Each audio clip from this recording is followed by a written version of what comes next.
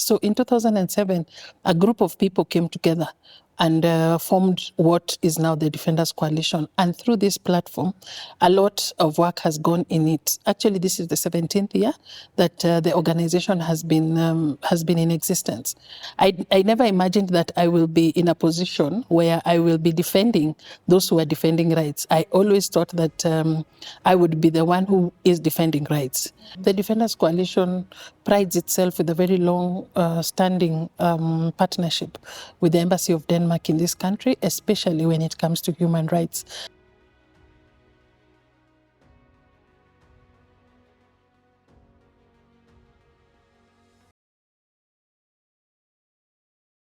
Hi, my name is Rachael Mwikali, and today we are doing an episode of Gender Equality and Human Rights podcast. I'm excited to host one of the amazing woman human rights defender, Pan-African feminist, and a sister, a comrade on this episode.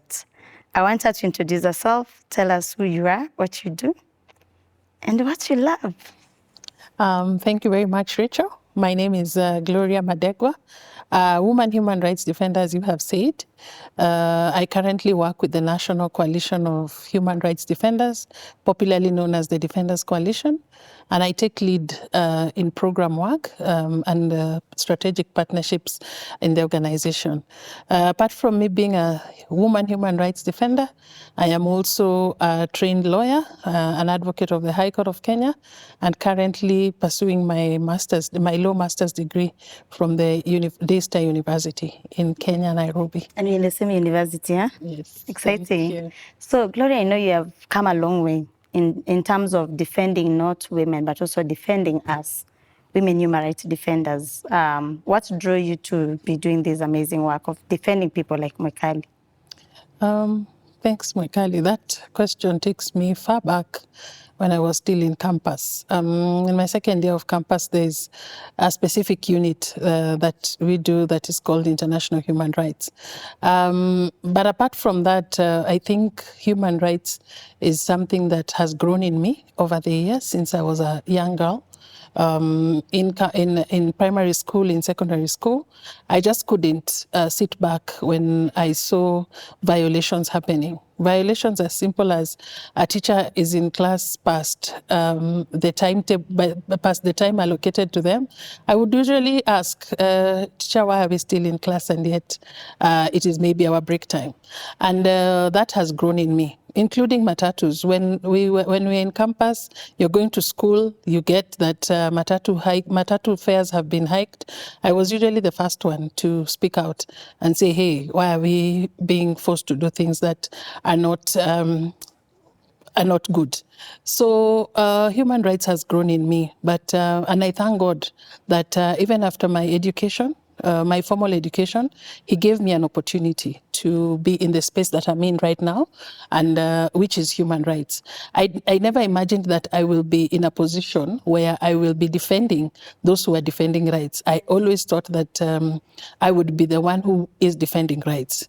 So in 2013, I got an opportunity to work in the current organization that I'm in. But before then, I had interned in several institutions in Kenya, one among them being Kenya Human Rights Commission, which actually gave me the base of where I am right now. More specifically, why I have been pulled to support women human rights defenders specifically is in 2015, when God blessed me with a child. And of course, with the work, I am a lactating mother. No opportunities were given to see how I can be able to multitask both of those things. And therefore, in 2015, we decided as an institution just to do a survey and get an indication of what are the unique challenges and needs that women human rights defenders face in the course of their work. Because we used to mobilize women for workshops to enhance their skill in different areas, but women were not showing up. And when we did a survey, we came to understand that before a woman leaves their house, before a woman leaves her home, there are several things that this woman has to take into perspective. Number one in the list being, I have children, and how am I leaving those children? So gradually, after the survey, we came up and we had women giving recommendation. A recommendation as simple as, hey, you know know what, I am in a position to come to the conference so long as you will allow me to come with my nanny and with my child, so that my nanny can be taking care of my child as I am in class and getting the knowledge that is being shared. And from there, the perspective changed on how women can be accommodated in this space so that they're able to give their optimum when it comes to defending rights. And therefore, from that time, from 2015, it has been growth and it has been progress of ensuring that women are in this space, speaking truth to power. As much as they have their own things that they're doing in their homes, they are in a position to ensure that I am in this space doing human rights work, but at the same time, I have the opportunity to take care of my family. And that's so impressive. I really love on how you have been able to break the role that many of us we don't see, on how you have been able to create a safe space for women human rights defenders to be able to attend even conferences or participate in the decision-making spaces within the sector, the civil society sector, that many of us we don't see. Because there's that narrative or perception, we assume everybody, when you call them for workshop, they can come. Yeah. But you have managed, Gloria, to bring that leadership of feminism, ensuring that you're able to bring in opportunities that can enable many of us to participate in being good in whichever we are doing. Yes. As well as, if you ask me, I see you as also one of the people that you have been able to come up with tools, strategy to prevent shrinking civic space even within our organizing. Mm-hmm. So I really want also to take you back to, I know Defenders Coalition, you do a lot of work in safeguarding, supporting, protection of us women human rights defenders, including myself. I'm a beneficiary of Defenders Coalition. Mm-hmm. Could you please explain to us the work of Defenders Coalition beyond what, I know you're very invisible, but you are visible in our hearts and in many spaces. What do you do as an institution? Thank you, Rachel. So the Defenders Coalition started way back in 2007. And I know, as a Kenyan, whenever you hear 2007, there's one thing that usually clicks, and it is the post-election violence that was experienced in this country after the disputed elections then. People were sending information on what was happening, violations that were happening, the killings that people were seeing within different regions. But there was no one to coordinate this information, to put it in one place and share the information with the relevant bodies so that something can be done about it. So in 2007, a group of people came together and formed what is now the Defenders Coalition. And through this platform, a lot of work has gone in it. Actually, this is the 17th year that the organization has been in existence.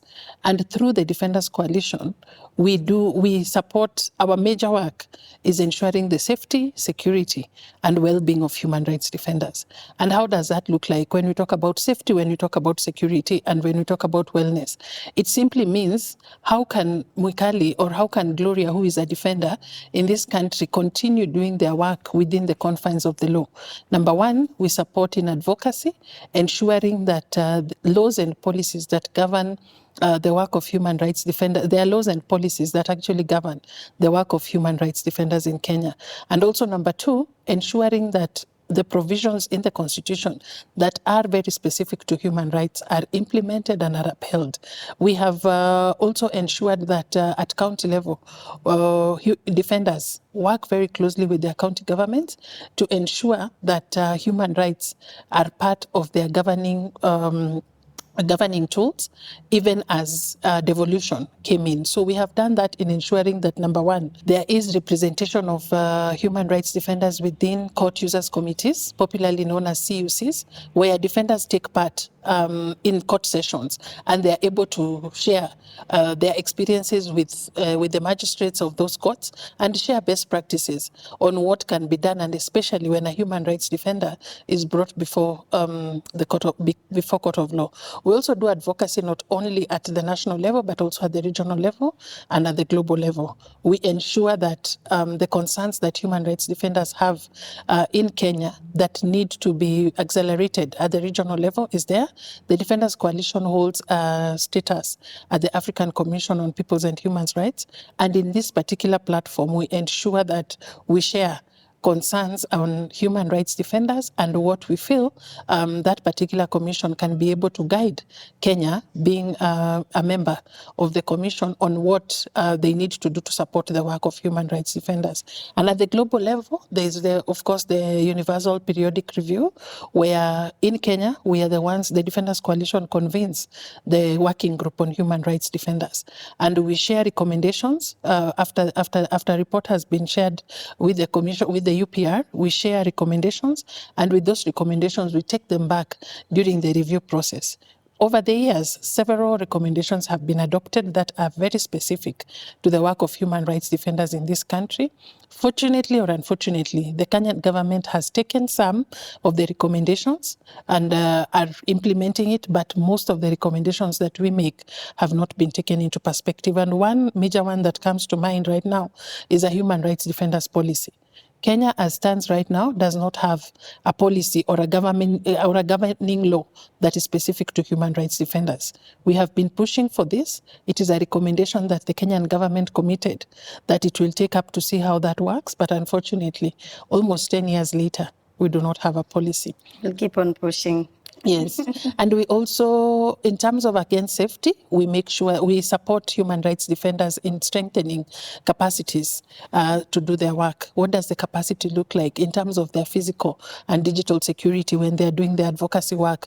What are some of the things that they need to put into perspective and they need to ensure they put in place? So we have really invested in ensuring or supporting human rights defenders to build their skills on their physical security. When I am going for a protest, when I am following up on a case, what are some of the things that I really need to be careful about? And since technology has now taken over how we do our advocacy work, we have also invested quite heavily in how we train defenders on the digital space, how to do your activism in the digital space, ensuring that you keep within the confines of the law, but also ensuring your own safety is guaranteed. We also support in legal representation when a human rights defender finds themselves in conflict with the law. We work very closely with the Law Society of Kenya to see how we can offer support to human rights defenders when they have cases in court. We get pro bono lawyers from the Law Society of Kenya who work with them to ensure that justice is served. And most importantly, we have also filed public interest litigation cases that are cases that the public need to know what is happening and how they can be able to circumvent. So that is just part of the work that we do as at the Defenders Coalition. And if you may allow me, Rachel, so that I do not forget, we also understand the burnout that comes with the work that human rights defenders do. And we have made very deliberate steps to ensure that we have a whole wellness program, a well-being program where we have counselors, psychologists on standby to work with human rights defenders. We create safe spaces for human rights defenders just to go and exhale and just take a breather before they can go back home. And also we have made sure that whenever we bring human rights defenders together, we make sure that one of the things that we put as a forefront is their well-being. So we put mechanisms, we put activities that we make sure will enhance their well-being and wellness even when they go back to do the good work they do on the ground. And I can confirm that whatever she has said, tick. So there are also like special or cross-cutting programs that I know you run as Defenders Coalition that I feel it's important even for the public and then for other institution and partner to know. Like, for example, I know you have an Imama program or network that also works closely with End Femicide movement in Kenya, and it has been like a biggest host for End Femicide movement in Kenya. And then you have Climb for Justice, and you have Aki Village. Maybe in 1 minute, could you be able to explain the difference about this initiative and why they're important, not only to Defenders Coalition, but to citizens, public, and active people who are doing social justice work in Kenya and in Africa?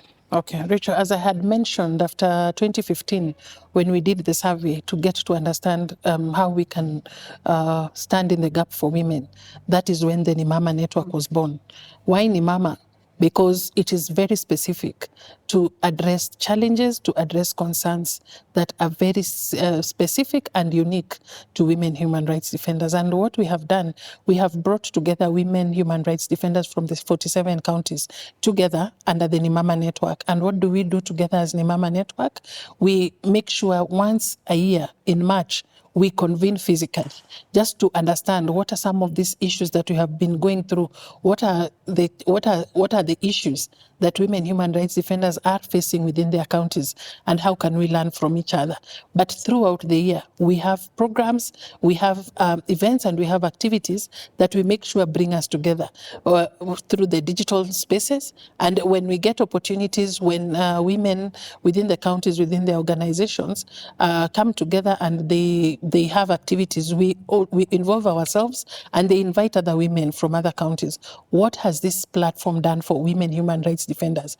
It has become the safe haven and the safe space where women can come, discuss their issues without any pretense, without any fear.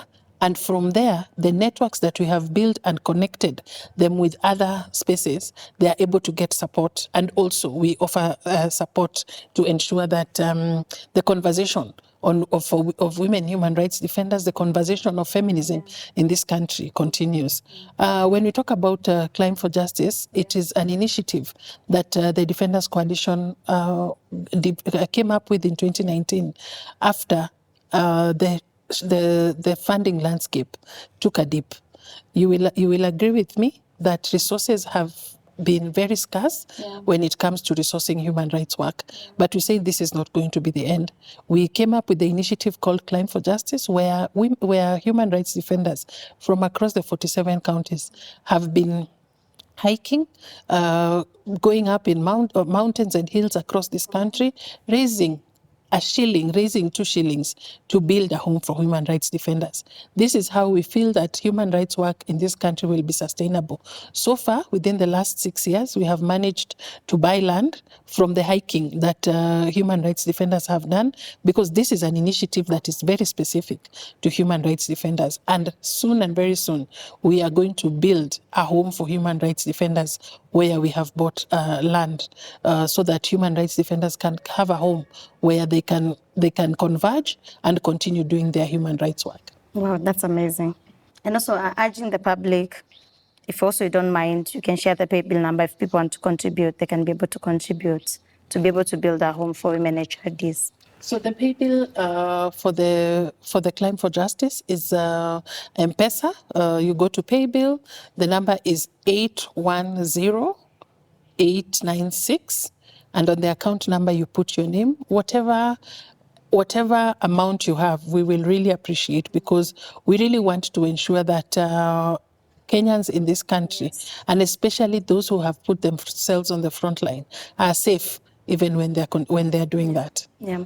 So thank you, Gloria. And I want also, I know, even with us defenders, you have had also partnership with Denmark in Kenya. That's the Royal Danish Embassy in Kenya around the Human Rights Award. Would you be in a position to tell us how the award started, how you were able to have the judging panels, how has been the significance of working with Denmark in Kenya around the awards and other partners who are involved? Yeah. Thank you. The Defenders Coalition prides itself with a very long-standing partnership with the Embassy of Denmark in this country, especially when it comes to human rights. And for the last 2 years, the Embassy of Denmark has been a co-convener on the Human Rights Defenders Working Group in Kenya. The Human Rights Defenders Working Group in Kenya is a group that brings together all missions in this country, plus human rights organizations, where they come together, talk about the issues that are affecting human rights defenders, and then we see what are the options to push back on issues to do with shrinking civic space and attacks towards human rights defenders. So in 2024 and 2025, the Defenders Coalition and Denmark were co-convening this particular space. And out of that, also one of the things that happens when embassies are co-convening is that they also plan for the Human Rights Defenders Award. The Human Rights Defenders Award, if you may allow me, Rachael, started in 2016, and it is a space where human rights defenders are celebrated. Not that this does not mean that not all human rights defenders need not to be celebrated, but they are those who have gone beyond the call of duty to ensure that a specific violation is either highlighted or they have put themselves on the front line to ensure that they push back on violations that are happening either at the grassroots level, national level, even at the global level. And therefore in 2016, a group of organizations came together and said that it would be important for this space to be curated, especially for the protection of human rights defenders. We understand that the moment we profile the good work that human rights defenders are doing in their different spaces, that becomes a space where a protection space for them, because attacks go down if someone was being attacked, because we make sure that we bring out the positive narratives of the particular human rights defenders. Therefore, the Human Rights Defender the Human Rights Defenders Award has been in existence for the last 10 years. We actually just celebrated the 10th annual Human Rights Defenders Award in March of this year. And out of that, we have winners who are celebrated. Their good work is recognized for what they're doing. And the awards is a very prestigious space for us, not only as an organization, but I know for all human rights defenders. We have a jury that is extremely credible. It has eminent persons from this country who have come up and are doing this work pro bono, where after the call, the Defenders Coalition releases a call every April of each year, and the call runs up to September. And from September now, the jury takes over and does the work that it's supposed to do. We have good representation in that jury. We have a former Chief Justice of this country who is a representative. We have women human rights defenders who are part of the jury. And also we have media journalists who are also part of the jury. And they come together and they sit down and come up with very concise agreements on why the people who have been nominated should actually be awarded. And therefore, I would also take this time to encourage human rights defenders to go and to nominate people who they feel need to be recognized because of the good work that they are doing. Maybe also, Gloria, a bit on the jury. Also for the business, I'm also part of the jury. Could you be able to tell, especially the women human rights defenders, on where maybe they need to nominate, through which link, and agree, and also encourage them that you don't have to write. Yes. You can also send a video, but through what link, so that they're able to know if we need to involve or to nominate women HRD or human rights defender who are doing incredible work within their community or in their society. This is where they need to go. Thank you, Rachel. So I will invite all of us to go to our website, www.defenderscoalition.org. The nomination link is there. And we have really tried to simplify the nomination process. We do not expect you to write a lot of English. Yes. We do not expect you to do a lot of research on someone. We have a WhatsApp number that is actually on that nomination form. You can even send a voice note. You can do a video and send there. It will be up to the people, my colleagues at the Secretariat, to put this information into something that the jury can be able to look at and decide on what the next steps would be. I really encourage us to go to the website of the Defenders Coalition and nominate that person who you feel or who you think needs to be appreciated because of the good work that they're doing at the community. Yeah, and then also, like, it would be good, Gloria, maybe to mention some of the names of people who have been able to get their awards, as well as people understanding its nomination. It goes to Secretariat, it goes shortlisting to the jury. The jury is very independent and the process is very vigorous to ensure there's credibility and many other things. However, as DC, you hold pride in ensuring that you are creating this space.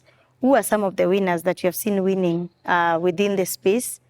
Having the face of Kenya, but the impact of human rights work in their society. You can mention maybe a few names of people that have won the awards? I will speak about two awards that are critical to me.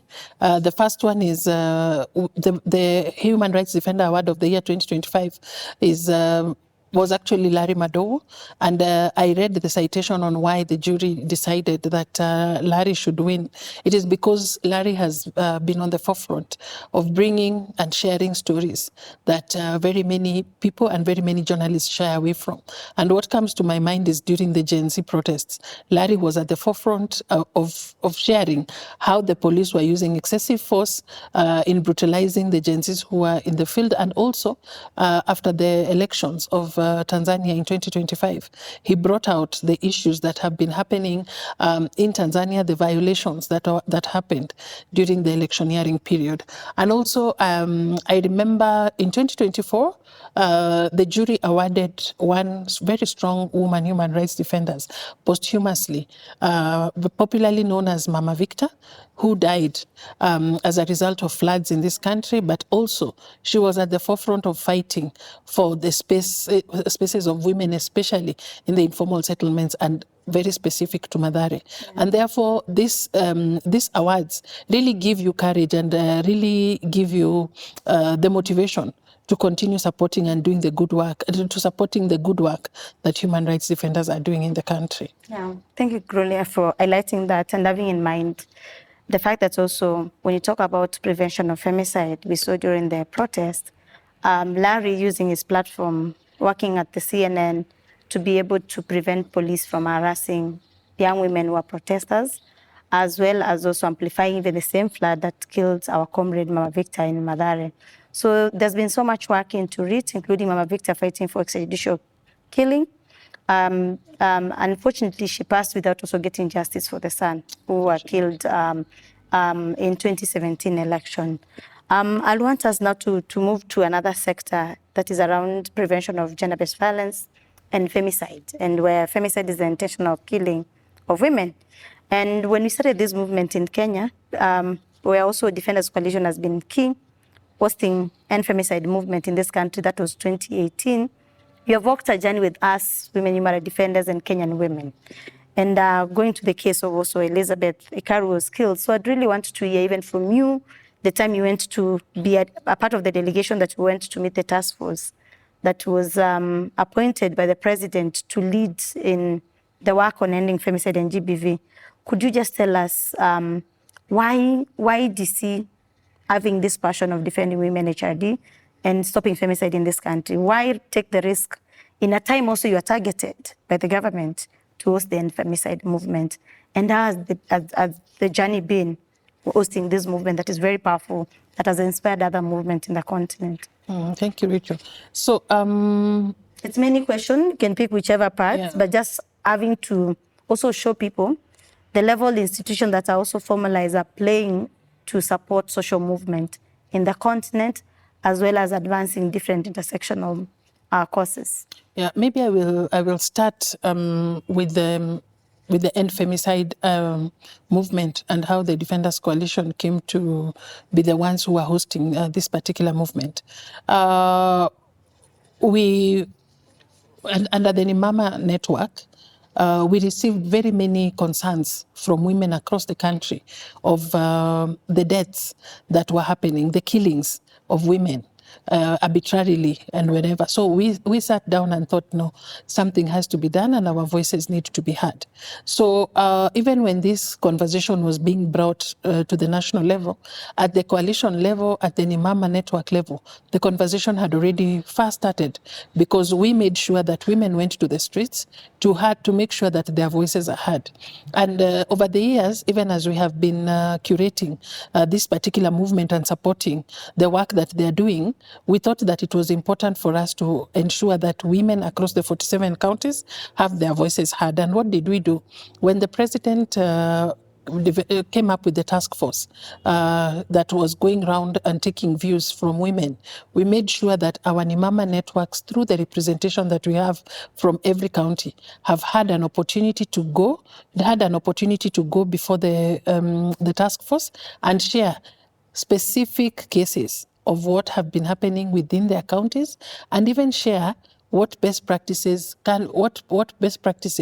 Kenya can offer from different countries and from different regions. We made sure that over 600 women went before the task force, shared their thoughts with regard to that, and we did an analysis after that. 56% of the recommendations that we had given as the End Femicide Movement and the Defenders Coalition were actually adopted by the task force. Which is progress. 56% is a very good number. But now our concern comes here. There has been zero to none implementation of those particular recommendations. And we are pushing. We will not tire to push and ensure that the government does the right thing. And also, this has also, the End Femicide movement has given women in this country a safe space for them to know that they can be able to organize, for them to know that they can be able to speak out when there are issues that are affecting women that need to be said. What is happening currently, every evening when you open your TV or when you listen to news, there will definitely be a case of femicide that you will hear. And unfortunately now the issue is actually mutating.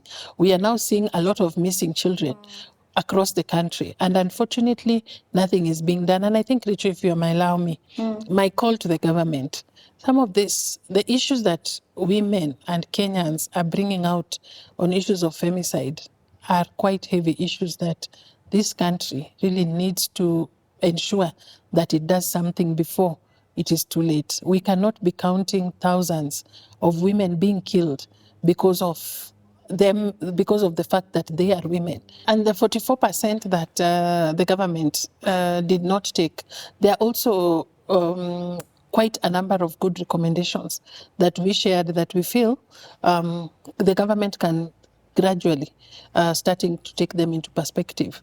And also I feel that through the platform, the government has an opportunity to have a conversation with the End Femicide movement, because the people who are within that movement are the ones who are being violated. Yeah. And Rachael, we have had the cases of femicide in this country have gone up because of technology. Yes. Most of the violations and how femicide actually starts is through technology-facilitated gender-based violence, where we see women being attacked on social media platforms. I think it's high time that the online space is actually regulated, and especially with regard to gender-based violence.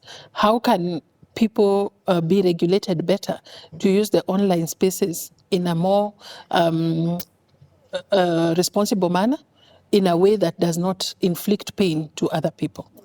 However, Gloria, because you're a lawyer, and there's been a lot of contradiction even around the reports, and I know you are aware that there are some people are saying, oh, we don't agree with the whole reports. However, there are some of us who say we gave our input in terms of public participation as right holder to our duty bearers who are also like representing the government. That's the task force.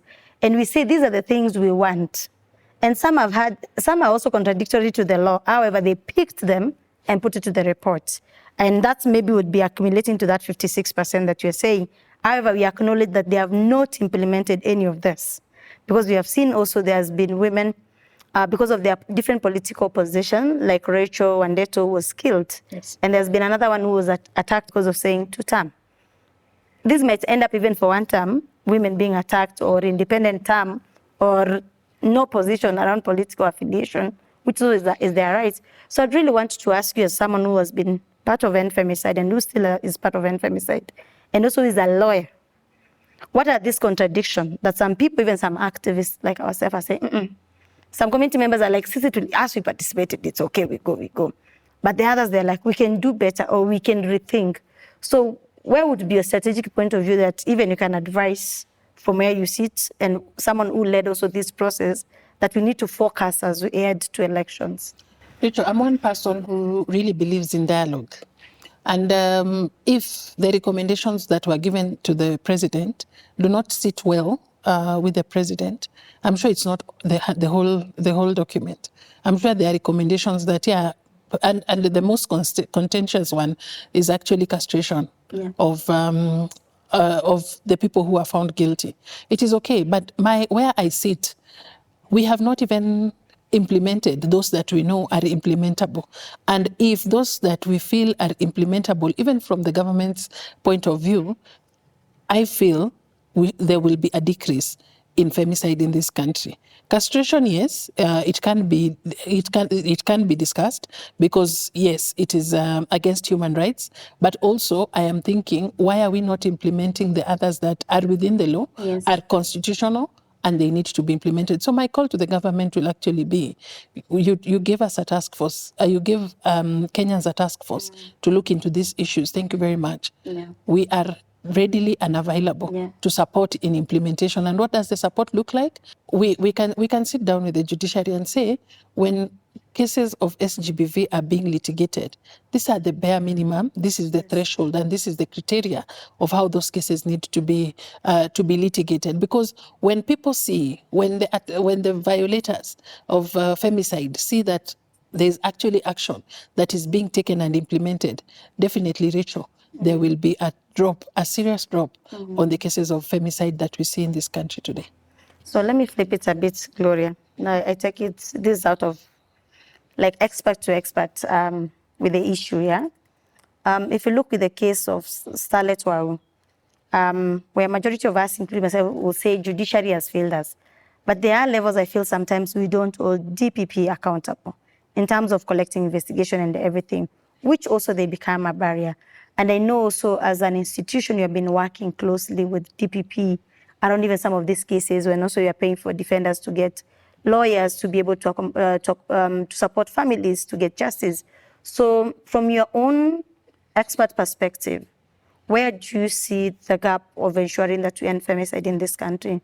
I know there are many gaps, but where do you see the gap when it comes to justice?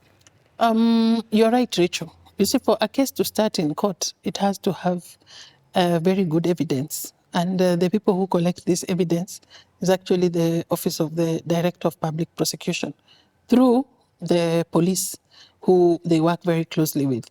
I feel the opportunity that this government has is to enhance the capacity of the Office of the DPP.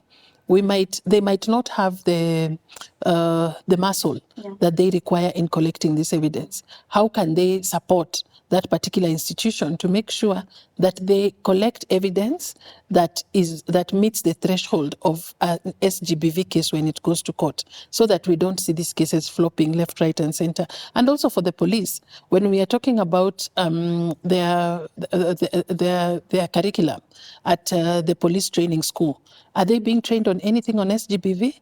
Do they know how to investigate cases to do with SGBV? So I feel the government also has a role to play in this. And where does the role come in? Please resource these two institutions and be very specific on issues of SGBV.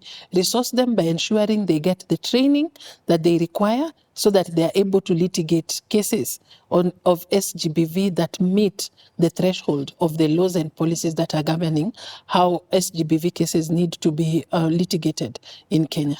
Yeah. So, Gloria, I'm trying to look for a utopia world where most of us will say we want a world that has freedom, justice, safe for women human rights defender, for human rights defender. We are heading to elections. We are seeing the cases of femicide increasing. We know there's a lot of work with End Femicide in Imama through Defenders Coalition, but also with the support of Kenyan women and Kenyan public. So what are the plans? We are heading to election. What are the plans around the work to end femicide in collaboration with Defenders Coalition, being that also you are the head of partnership and programs? Yeah, what do you expect to see? Rachel, the conversations have already started. And you have just reminded me, during election cycles in this country, the number of SGBV cases that are recorded or are reported really escalate. And women organizations have come together, and already people are starting to discuss how can we bring in the electoral body, IEBC, to see what measures they are putting in place when cases of SGBV come to them because of elections. We are also trying to see how we can convene the Office of the Director of Public Prosecutions. When electoral cases are brought to them, what sort of evidence needs to be there, and especially if they are election-related cases but are taking an SGBV angle. We are also looking forward to speaking to the judiciary very soon when some of these cases that are election-related but again taking the SGBV angle. What are some of these things that need to be looked into, and how can we come together? Number one, to push back, to ensure that we do not record the number of SGBV cases that we have recorded previously in other electoral cycles, but also moving forward, what are some of the measures that these institutions, the public institutions, have put in place to ensure that we will no longer see an escalation of SGBV cases during the election period. And therefore, we, as the Defenders Coalition, have already started working with women human rights defenders. Number one, which is very critical for us, is documenting. If something is not documented, it did not happen. And once we document, we have evidence that we can now share with the institutions that have been given the mandate to look into these things. Therefore, we have already started mobilizing our women through a platform that we call Mutetezi application, where they are now documenting cases that are specifically affecting women human rights defenders.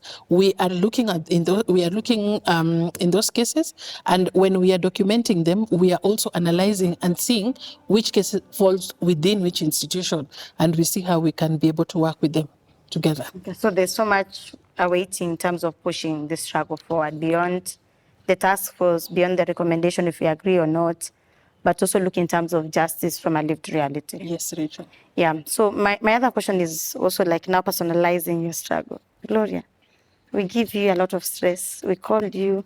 Some of us, we tell you things. You don't sleep most of the time. You're always there for us. What time do you rest? How does your 24-hour clock system look like? Rachel, I will tell you this for one thing, for sure. You cannot be in this space if it is not something that is in you. If you are here because of a salary in the space that we work, you will definitely throw in the towel and say enough is enough. My daily, if I was to give you how my day starts, yes, what time do you wake up? I have learned, but previously I didn't have quite a time that I could say I wake up at this time, but over the years I have learned to take care of myself. I used to have emails on my phone. I would wake up at 2 a.m., look at emails, and even respond. And my colleagues would really wonder, like Gloria, what time do you sleep? And this got to me, to a point of now my phone number was with every human rights defender. Everybody would call, and I would really try to struggle to see how I could support them and all that. It took a toll on me, and especially when I couldn't offer the support that someone really needed. In this work, Rachel, I have seen human rights defenders lose their lives because of standing in the gap for people. And one critical case that I am reminded of is the one of Elizabeth Ekaru from Isiolo, a very strong woman human rights defender who was killed because she has been speaking truth to power. Such events really bog me down. Even Lily. Exactly. Burnout. Lily died as a result of burnout.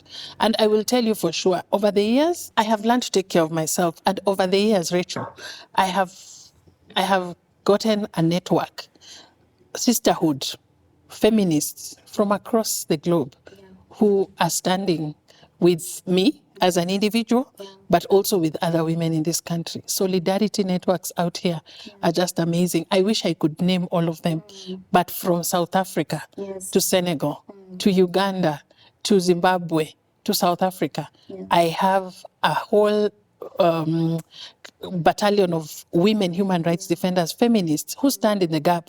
When they see something, or when I meet with them and they look at me and like, hey, Gloria, you're not okay. And they will give me space just to hear me out. And for me, that has really made it for me. And that's why I can continue with this work. And also, Rachel, guess what? I also got to a point and told myself a pause is okay. So I never used to go for leave. Even when I take time off and go for leave, I would go with my laptop, I would go with my, but it got to a point and I told myself no. And especially when we now started being very deliberate in seeing how we can support human rights defenders in their own wellness. I also told myself I am a defender as much as I am supporting people to defend their rights. I have been taking care of myself. I take time with my children. I take time with my family. I take time off this space. But I will tell you for sure, it is not easy because I will still receive those calls, but I have managed to know how I can be able to support without me offering the support directly. I have other colleagues who I work with. There are many institutions now that offer support to human rights defenders. We also give them an opportunity to support human rights defenders. What are the things you would love to be remembered by the future generation? I would love to be remembered. We don't want to write your biography, things that also you'll say, Rachel, this one, no. What are the things personally you say as Gloria? If I happen to be not in this world, or if I still am alive, these are the things I want to be remembered for. I would want young women, and especially women human rights defenders, to know that it is possible for them to stand up for their rights no matter what. And number two, it is important for all women human rights defenders from all walks of life to take care of themselves. It is okay for you to take care of other people, but it is also important for you to take care of yourself. I would also want to be remembered as that person who ensured that there's a solution to something, and especially through dialogue. Not all is lost, but I am one person who knows and who really ensures that dialogue takes precedence. Before any fights, before any conclusions, it is always important to have a sit down and listen to different perspectives, because those different perspectives are the ones that build us. Rachel, you know, I've known you for very many years. And in fact, right now I'm looking at you and I'm like, I've known Rachel since she was a very young girl. Rachel, where do you get this energy? Be it early in the morning, you're so jovial. Late in the night, you're so jovial. And in the meantime, when I look either at your social media pages, the work that you do under Pussy Power, the work that you do under Coalition of Grassroots Human Rights Defenders, you've done a lot. But your energies are always up. What keeps you going? Tough one. People like you keeps me good. Oh. And thank you for being a support system. Oh. Yeah, thank you so much. Thank you, Rachel. And many other sisters. So you're the people who keep me going. Thank you, Rachel. You know, it's not easy. And that's why I say it specifically. Let's ask each other a question. And I hope even for this particular episode, we can rethink collectively, even for others, how we create spaces to support people like us, you, I, and others who defend others, but also a space that can make us also feel we are supported and loved. Thank you so much. So continue holding space. We appreciate you and we love you. And let's continue. you. So Gloria, thank you so much. Thank you for the work you do as an individual, as an institution, Defenders Coalition. Thank you for ensuring all of us are safe and feel loved and supported. Thank you. We appreciate you. And for your leadership. Thank you, Rachel. Thank you, Gloria, and thank you for the work you do, for holding space, for Defenders Coalition, for supporting the movement. We appreciate the work all of you do for ensuring that people like us who make beautiful troubles for the world to be a better place, for democracy to be felt, for democracy to be breathed in life, we keep on going. And this was episode 8. And please keep on sharing and ensure the word gets to everybody.